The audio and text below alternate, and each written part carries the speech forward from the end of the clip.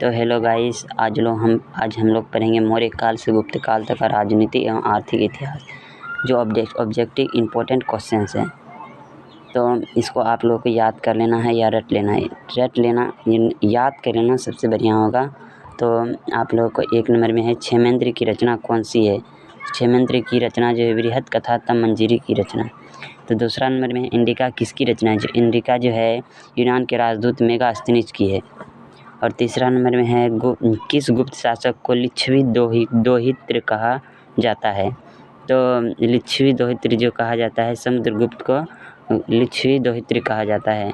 अब चौथा नंबर में गुप्त काल में हस्ती सेना का प्रधान को क्या कहते थे। तो महापुलीपति कहते थे। निम्न में से महिला संत थी। तो निम्न में से जो महिला संत थी मिया, अंडाल, कराइकल, इनमें से सभी थी। धर्म की शुरुआत किस शासक ने की थी। तो धर्म का शुरुआत यानी धर्म का जो शुरुआत किया था वो अशोक शासक ने शुरुआत किया था। सातवां नंबर में है समुद्रगुप्त की तुलना किस यूरोपीय शासक से की जाती है। तो समुद्रगुप्त की तुलना जो है यूरोप की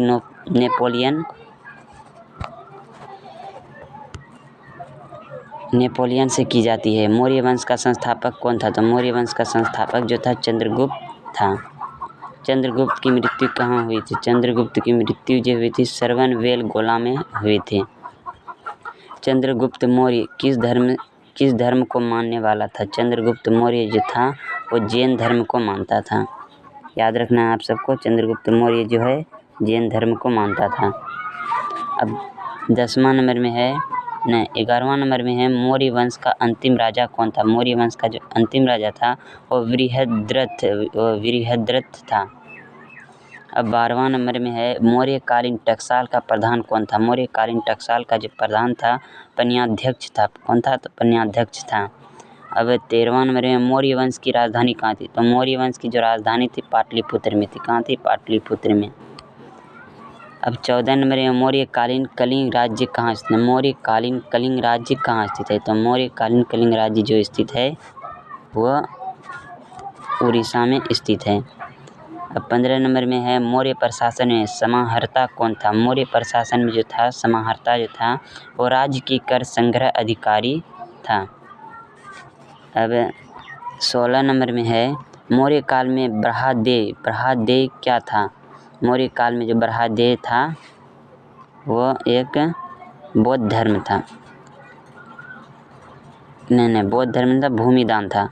अशोक का व्यक्तिगत धर्म क्या था। तो अशोक का व्यक्तिगत धर्म जो था वो बौद्ध धर्म था।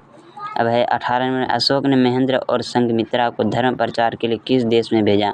अशोक ने महेंद्र और संघमित्रा को धर्म प्रचार के लिए किस देश में भेजा। तो ये दोनों अशोक के संतान थे, महेंद्र और संघमित्रा। तो दोनों को सिंहल द्वीप में भेजा था। ये गलत है। ये जो है श्रीलंका में भेजा गया था। तो अब 19 नंबर में है अशोक किस वंश का शासक था। अशोक जो है वो मौर्य वंश का शासक था। अशोक कौन से बौद्ध भिक्षुक के प्रभाव में आकर बौद्ध धर्म का समर्थक बन गया। तो वो उपगुप्त था। उपगुप्त के समर्थक में वो बौद्ध धर्म का समर्थक बन गया। अब हम आते हैं 21 नंबर राजगिरी की नगर वधु का नाम था। तो राजगिरी की नगर वधु का जो नाम था वो था सालवती। किसने लिखा वास्तविक सुकर्म वह है जिससे प्रजा सुखी तथा प्रसन्न है। तो कौटिल्य ने कहा। डी नंबर हो जाएगा इसका आंसर।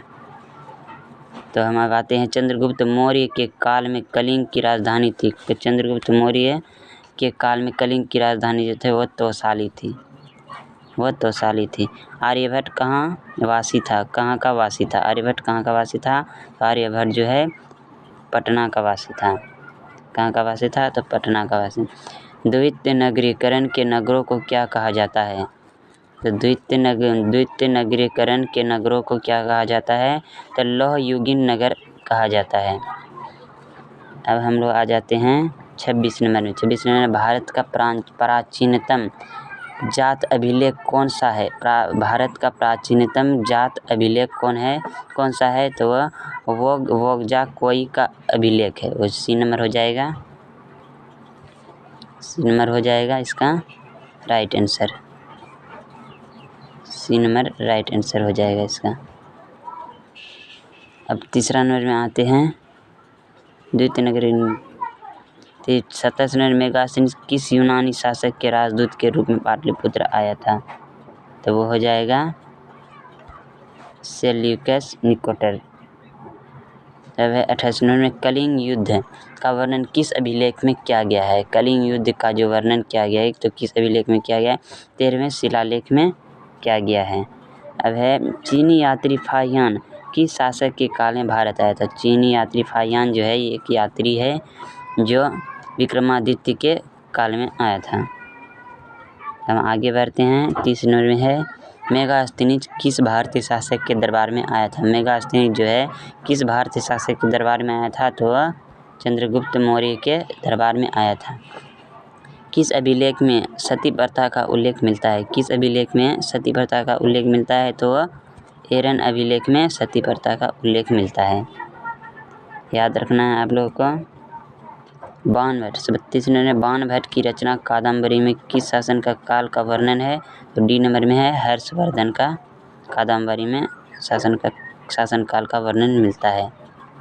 शासन काल का वर्णन मिलता है। अब हम लोग आगे बढ़ते हैं। 33 नंबर में है गुप्त संवत कब और किसके द्वारा शुरू किया गया? गुप्त संवत कब और किसके द्वारा शुरू किया गया? तो वो जो किया गया चंद्रगुप्त प्रथम 319 से 20 इसका मतलब था। अब डी 34 नंबर में है पंचतंत्र की रचना किसने की? तो पंचतंत्र की जो रचना की थी वह विष्णु शर्मा ने की थी। कौन की थी? तो विष्णु शर्मा ने की थी। प्राचीन नालंदा विश्वविद्यालय के संस्थापक कौन थे? प्राचीन नालंदा विश्वविद्यालय के संस्थापक जो बिहार के एक जिला नालंदा विश्वविद्यालय के संस्थापक कौन थे? तो वह कुमार गुप्त थे। भारतीय इतिहास का कौन सा काल स्वर्ण काल कहलाता है? तो गुप्त काल स्वर्ण काल कहलाता है। तो आगे बढ़ते हम लोग। 37 नंबर में है अर्थशास्त्र में कितने प्रकार के विभागों का उल्लेख मिलता है? अर्थशास्त्र में जो है कितने प्रकार के विभागों का उल्लेख मिलता है? तो वो 8 प्रकार के विभागों का उल्लेख मिलता है। अर्थशास्त्र की रचना कब हुई थी? तो अर्थशास्त्र की जो रचना हुई थी 3री शताब्दी ईसा पूर्व में हुई थी। अब 39 नंबर में है नालंदा विश्वविद्यालय के छात्र थे तो वो कौन थे? तो ह्वेनसांग ये भी एक यात्री ही थे किसी दूसरे देश के। चलिए आगे हम बढ़ते हैं। और 40 नंबर में है किस गुप्त शासक को उसके सिक्कों पर वीणा बजाते हुए दिखाया गया है? तो वो जो है समुद्रगुप्त हैं। अब 41 नंबर में है उत्तरी पश्चिमी भारत से प्राप्त अशोक के अभिलेखों में लिपि का प्रयोग किया गया तो वो खरुष्टी लिपि का प्रयोग किया गया। तो हम लोग आगे बढ़ते हैं। आगे है 41 मिनट हो गया। 42 मिनट पढ़ेंगे। 42 मिनट में अशोक के कुल कितने अभिलेख अभी तक प्राप्त हुए हैं? तो वो 44 अभिलेख प्राप्त हुए हैं। 43 नंबर में अशोक द्वारा प्रचारित बौद्ध धर्म कहाँ प्रचलित हुआ? तो श्रीलंका में बखूबी प्रचलित हुआ। अब 44 नंबर में है जीवन ने वैद्य की शिक्षा कहाँ से पाई? जीवक ने वैद्य की शिक्षा कहाँ से पाई? तो वह तक्षशिला से पाई। चलिए आगे बढ़ते हैं। आगे है 46 नंबर में जीवक की ख्याति किस रूप में थी? तो जीवक की ख्याति जो है किस रूप में थी? जीवक की ख्याति जो है वैद्य के रूप में थी। अंगराज्य आधुनिक बिहार के किस जिले में अवस्थित था? अंगराज्य आधुनिक बिहार के किस जिले में अवस्थित था? तो भागलपुर जिला में अवस्थित था। बिंबिसार का संबंध किस वंश से था? तो बिंबिसार का जो संबंध है हर्यक वंश से संबंध था। जरासंध का संबंध किस वंश से था? तो जरासंध का जो संबंध था वह वृहद्रथ वंश से था। 50 नंबर में है तक्षशिला किस राज्य में स्थित है? तो तक्षशिला जो है गांधार राज्य में स्थित था। तो अब आते हैं 51 नंबर में, यूनान में ही सेल्यूकस ने अपनी पुत्री का विवाह किस राजा से किया था? सेल्यूकस ने अपनी पुत्री का जो विवाह किया वह चंद्रगुप्त मौर्य के साथ किया, क्योंकि चंद्रगुप्त मौर्य ने सेल्यूकस निकोटर के युद्ध में हराकर उसका राज्य चंद्रगुप्त मौर्य ने अपना अधिकार में कर लिया, इसलिए सेल्यूकस ने अपनी पुत्री का विवाह चंद्रगुप्त मौर्य से करवा दिया। चलिए अब आगे बढ़ते हैं हम लोग। 52 नंबर में है धर्म विजय का उल्लेख अशोक के किस शिलालेख में है? धर्म विजय का उल्लेख अशोक के किस शिलालेख में है? तो वो जो है 13वें उल्लेख में है। तो 53 नंबर में है कालिदास किसके समकालीन थे? तो कालिदास जो है चंद्रगुप्त द्वितीय के समकालीन थे। तो आते हैं हम लोग के 54 नंबर में है भारत का नेपोलियन किस शासक को कहा जाता है? तो भारत का नेपोलियन जो है नेपोलियन यूरोप का है। भारत का नेपोलियन किस शासक को कहा जाता है? तो समुद्रगुप्त को भारत का नेपोलियन कहा जाता है। अब हम लोग आगे आते हैं मगध की प्राचीन राजधानी कहाँ थी? मगध की प्राचीन राजधानी जो थी वह राजगिरी में थी, यानी आजकल वो राजगिर के नाम से जाने जाते हैं। तो आगे आते हैं 56 नंबर में है मगध का प्राचीनतम राजवंश कौन सा था? तो मगध का प्राचीनतम राजवंश कौन सा था? तो वह हर्यक वंश था। हम लोग आगे बढ़ते हैं। आगे 57 नंबर में है पाटलिपुत्र को किस राजा ने सर्वप्रथम अपनी राजधानी बनाई? तो उदयन ने पाटलिपुत्र को सर्वप्रथम राजधानी बनाई। तो हम लोग आगे बढ़ते हैं। 58 नंबर में है पाटलिपुत्र नगर की स्थापना उदयन ने किस नदी के संगम पर की? तो पाटलिपुत्र की स्थापना जो उदयन जो की वह इन सभी के संगम पर की, यानी गंगा सोन पुनपुन नदी के संगम पर की। तो हम लोग आगे बढ़ते हैं। आगे है 59 नंबर में रथमुसल नामक आक्रामक यंत्र का प्रयोग किस जनपद में सबसे पहले किया गया? रथमुसल नामक आक्रामक यंत्र का प्रयोग किस जनपद में सबसे पहले किया गया? तो वह मगध में सबसे पहले किया गया। ताम्रलिप्त बंदरगाह अवस्थित था। तो ताम्रलिप्त बंदरगाह अवस्थित जो था तो वह बंगाल में अवस्थित था। इलाहाबाद परिस्थिति का लेखक कौन है? तो वह हरिसेन है। चाणक्य भारत के किस शिक्षण संस्थान में अध्ययन किया था? तो तक्षशिला विश्वविद्यालय आज जो पाकिस्तान में है वहाँ से किया था।